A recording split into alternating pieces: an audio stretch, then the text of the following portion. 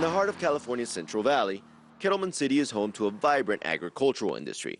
It also sits on oil pipelines and is close to a massive hazardous waste site.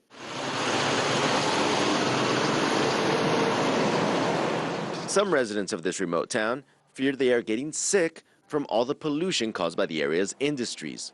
I wouldn't wish it on any parent, but many parents in this area are going through it, unfortunately. Maria Saucedo tears up as she describes the death of her 10-month-old daughter, Ashley, in 2009. The moment they tell you that your child is going to die, the weight of the world falls on you. You can't believe it. 11 babies were born with physical deformities in Kettleman City between September 2007 and March 2010. 3 of the babies died. Saucedo has no proof as to what caused the illnesses. She claims many of her friends and neighbors have recently been diagnosed with cancer. Waste Management, the company which runs the landfill next door, says it's not them. It's like a puzzle trying to find out what's going on in the community. One thing we can assure is that this facility is not part of the problem that's happening in town.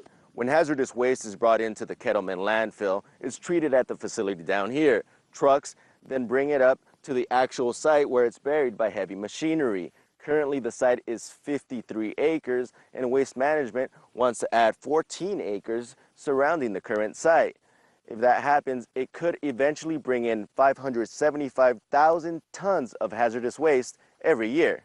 We've studied the ground, we've studied the water, the air, to assure that there's no environmental impacts to our surrounding community. Kettleman City residents must drink bottled water because their groundwater is contaminated.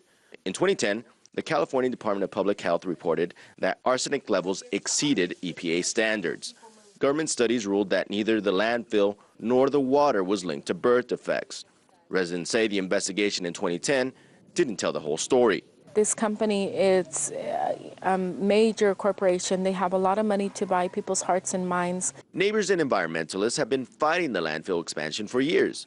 If the landfill expansion is approved, Waste Management can loan the city $500,000 to build a water treatment plant. Mares believes it's a bad trade-off.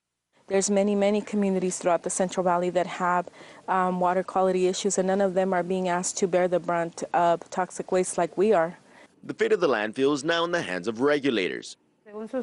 According to their studies, everything is under control and nothing is happening, but it's not true. As a decision is made, Saucedo and other mothers are still demanding to find out what it is that is making their children sick. In Kettleman City, California, Ramon Galindo, RT.